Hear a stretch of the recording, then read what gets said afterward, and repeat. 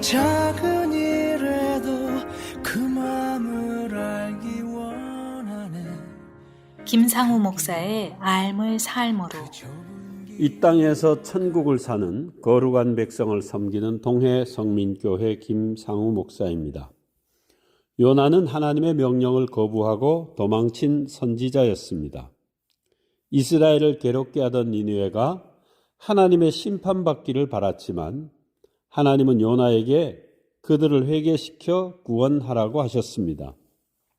요나는 그 명령이 싫어 다시스로 도망쳤고 결국 풍랑 속에 바다에 던져졌습니다. 인생이 끝난 줄 알았지만 하나님은 요나를 죽게 하지 않으시고 물고기 뱃속에서 살려두셨습니다. 그곳에서 요나는 다시 일어납니다. 그를 다시 일어서게 한 힘은 감사였습니다. 사람이 받는 복 중에 가장 큰 복은 죽지 않고 살아있는 것입니다. 살아있는 사람에게는 소망이 있습니다. 전도서 9장 4절에 모든 산자에게 소망이 있음은 산 개가 죽은 사자보다 낫기 때문이라고 했습니다. 요나는 바다에 던져졌을 때에 자신은 수올에 떨어졌다고 절망했습니다. 그러나 하나님은 수올의 뱃속에서 죽지 않게 하셨습니다. 물고기 뱃속에서 죽지 않고 살아있음을 깨달은 요나는 이제 자신을 돌아보게 됩니다.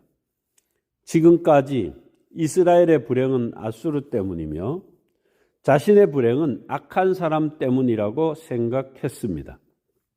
하나님께서 아수르의 수도 니느웨의 악독을 아시면서도 벌하지 않고 긍휼을 베푸시는 것이 싫어 도망쳤습니다.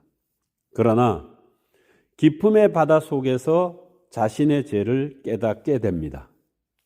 자신이 받은 고난의 파도와 큰 물결이 자신을 심판하기 위한 것이 아니라 자신에게 긍휼을 베푸시는 주님의 파도와 큰 물결이라는 것을 알게 되는 순간 모든 불평이 사라지고 그의 입에서는 감사하는 목소리로 주께 제사드리며 니느웨로 가겠다는 서원을 합니다.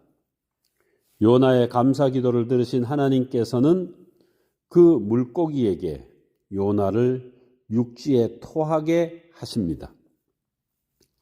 하나님은 고난의 기지를 통하여 감사를 잃어버리고 다른 사람을 탓하며 불평하던 모든 쭉정이를 날려버리십니다.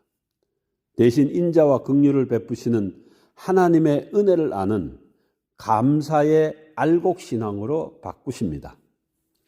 감사하는 사람은 어떤 일을 만나도 더 온전한 사람으로 세워집니다. 그래서 사도 바울은 범사에 감사하라. 이것이 그리스도 예수 안에서 너희를 향하신 하나님의 뜻이라고 했습니다. 요나가 고난을 당한 것은 악을 행하는 사람을 벌하지 않고 인자와 긍휼을 베푸시는 하나님이 싫어서 도망했습니다.